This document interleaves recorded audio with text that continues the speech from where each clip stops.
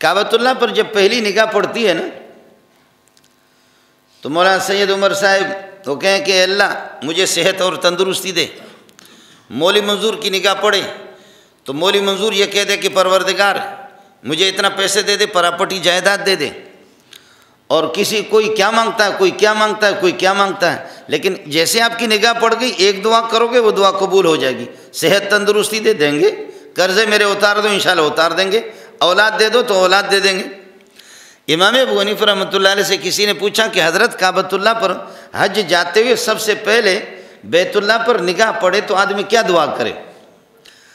دماغ تو دیکھو.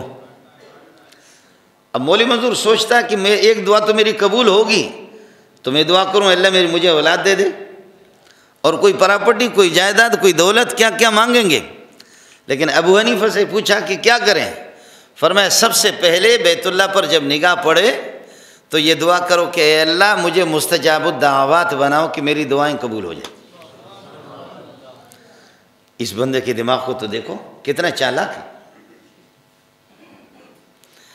جیسے بیت اللہ پہ نگاہ پڑ جائے، جیسے بیت اللہ پہ نگاہ پڑ جائے تو فوراً کہہ دو کہ پروردگار کچھ بھی نہیں مانگتا، ایک چیز مانگتا ہوں.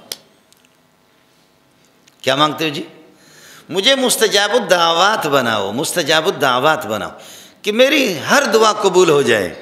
فرمایا جب یہ چالاکی گر تو میں نے آپ کو سکھایا، جب اللہ نے آپ کی ایک بات مان لی تو ساری باتیں مان لی. جب آپ کو مستجاب الدعوات بنا لیا اس کے بعد آپ کہہ دینا، اس کے بعد یہ ہے کہ کہہ دو اللہ مجھے بیٹا دے تو ضرور دے گا، اس لیے کہ اس نے مستجاب الدعوات بنایا. اس کے بعد آپ کہہ دیں کہ پروردگار قرضے اتار دو، ضرور اتار دیں گے، اس لیے کہ آپ مستجاب الدعوات ہیں. اس کے بعد کہہ دو کہ بیماریاں ٹال دو، وہ ضرور ٹال دیں گے. صحت اور تندرستی دے دو، وہ ضرور دے دیں گے. ایک ہی گر ایسا بتایا کہ جس کے اندر آپ کی ساری حاجتیں آ گئی.